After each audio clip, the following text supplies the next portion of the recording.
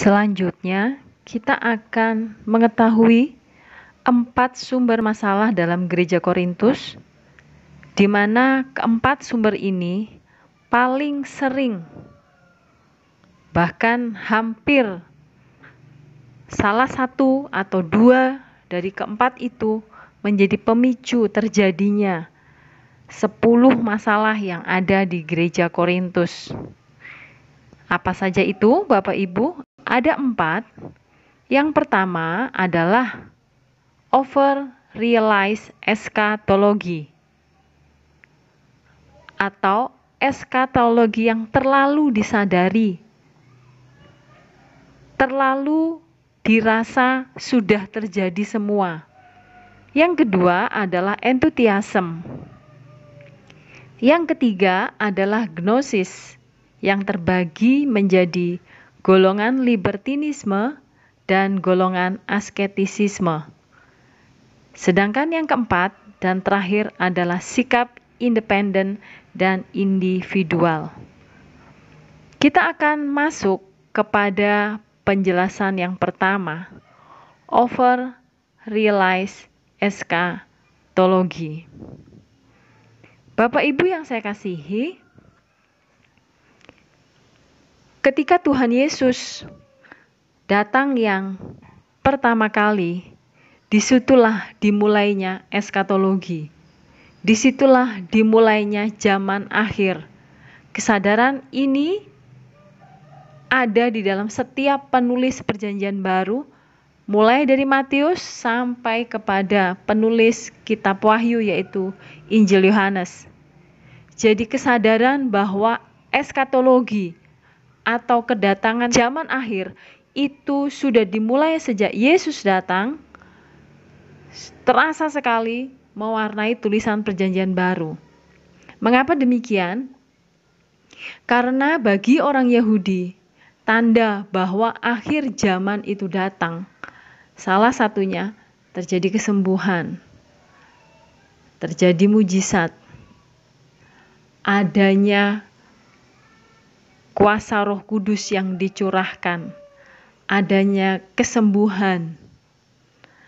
Nah, tanda-tanda itu semua dibawa oleh Yesus ketika dia datang yang pertama kali. Hal inilah yang membuat penulis-penulis perjanjian baru yang berlatar belakang Yahudi sangat menyadari bahwa Yesus datang membawa atau memulai untuk memasuki akhir zaman. Jadi puncak akhir zaman itu nanti masih ketika dia datang yang kedua kali. Eskatologi sudah dimulai dari zaman Yesus datang yang pertama kali dan mencapai puncaknya, yaitu kedatangan dia yang kedua kali pada saat nanti ketika dia datang di awan-awan. Jadi sekarang ini kita sudah ada di masa eskatologi itu, sebuah masa yang panjang. Akhir zaman itu bukan berupa satu hari, tapi suatu masa yang panjang. Itulah yang jelas sekali diajarkan dalam perjanjian baru. Nah, apa yang terjadi di gereja Korintus adalah bukan sekedar menyadari bahwa sekarang ini eskatologi telah terjadi atau realized eskatologi, tetapi mereka lebih daripada itu. Mereka merasa bahwa semua tanda-tanda eskatologi itu sudah terjadi. Jadi mereka ini over realized eskatologi. Over-realized eskatologi merasa bahwa kita sudah ada di ujung akhir zaman, kita sudah ada di surga. Salah satu alasan mengapa mereka merasa demikian adalah memang gereja itu dikaruniai Tuhan. Bahasa roh, gereja itu memiliki banyak karunia-karunia roh. Bahasa roh adalah salah satu karunia yang mereka sangat favoritkan. Karena bagi mereka ketika seseorang bisa berbahasa roh, bahasa roh yang berkata menurut mereka adalah bahasa malaikat, kalau saya bisa berarti saya sudah ada di surga, saya sudah ada di akhir zaman. Nah, perasaan-perasaan inilah kemudian yang memicu beberapa masalah terjadi di gereja Korintus. Overrealized eschatology adalah pemicu dari beberapa masalah yang terjadi di gereja Korintus. Yang kedua adalah enthusiasm atau perasaan kegembiraan yang luar biasa sekali. Nah, masih bersambung dengan overrealized eschatology, perasaan di mana mereka memiliki bahasa roh dan karunia itu yang sangat banyak terjadi di gereja Korintus dan begitu beragam, menyebabkan mereka memiliki perasaan senang yang berlebihan, enthusiasm yang berlebihan. Bagi mereka, karunia ini adalah tanda bahwa mereka memiliki hubungan yang spesial dengan Roh Kudus dibanding orang lain yang tidak menerima karunia ini. Perasaan mereka yang begitu over senang, over confidence, mereka merasa lebih baik daripada orang yang tidak memiliki bahasa roh, atau bahkan mereka di dalam komunitas mereka, gereja sendiri pun merasa bahwa mereka ini gereja yang lebih baik daripada gereja yang lain oleh sebab mereka memiliki karunia-karunia yang lebih daripada gereja-gereja yang lain. Nah, ini menjadi pemicu juga untuk masalah-masalah pastoral yang terjadi di gereja itu. Contohnya di pasal 12 sampai pasal 14, Paulus harus mengatur, harus mengajar jemaat supaya mereka tidak merasa lebih daripada yang lain ketika mereka berbahasa roh, bahwa karunia itu diberikan untuk saling membangun, bukan untuk merasa bahwa aku adalah anggota yang paling penting, aku adalah pemilik karunia yang lebih penting daripada karunia yang lainnya. Yang ketiga adalah gnosis. Apa itu gnosis, Bapak Ibu? Bapak Ibu bisa lihat di materi. Kita lihat di situ bahwa gnosis adalah pengetahuan.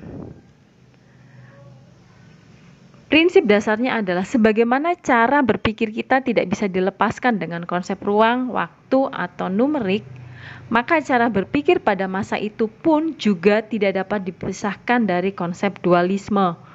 Konsep ini memisahkan secara ketat antara yang tidak nampak atau maya dan yang nampak atau nyata. Apa yang tak nampak bagi mereka itu justru yang sesungguhnya, yang baik dan kekal. Jadi apa yang ada di pikiran kita yang tidak kelihatan, itu justru yang baik dan kekal. Sebaliknya apa yang nampak adalah bukan yang sesungguhnya atau yang jahat dan tidak kekal. Konsep ini terbelah jadi dua dan menguasai alam berpikir pada waktu itu. Bahkan mungkin sampai sekarang. Yang pertama adalah konsep libertinisme dan yang kedua adalah asketisisme. Sebagaimana Bapak Ibu bisa lihat di dalam diktat itu, Bapak Ibu bisa membacanya sendiri, tetapi saya mau menjelaskan di sini bahwa golongan libertinisme adalah golongan yang memandang karena tubuh itu jahat dan apa yang dilakukan tubuh tidak akan mempengaruhi roh, maka marilah kita memperlakukan tubuh ini untuk apa saja. Toh pada akhirnya tubuh juga akan hancur pada saat kematian. Jadi golongan libertinisme yang merupakan cabang dari gnosis merasa bahwa karena tubuh itu jahat makanya dan terpisah dari roh, makanya kalau kita berbuat dosa pun itu tidak akan mengaruh kita. Jadi ya sudah, kita melakukan dosa saja. Antara ibadahku kepada Tuhan tidak akan terpengaruh dengan perbuatan dagingku. Nah, jadi libertinisme adalah ekstrim yang kemudian membebaskan begitu saja perbuatan-perbuatan daging, karena perbuatan daging tidak akan bisa mempengaruhi aktivitas rohani. Nah, sebaliknya di sisi yang lain ada golongan asketisisme. Golongan ini karena memandang tubuh adalah sumber dosa.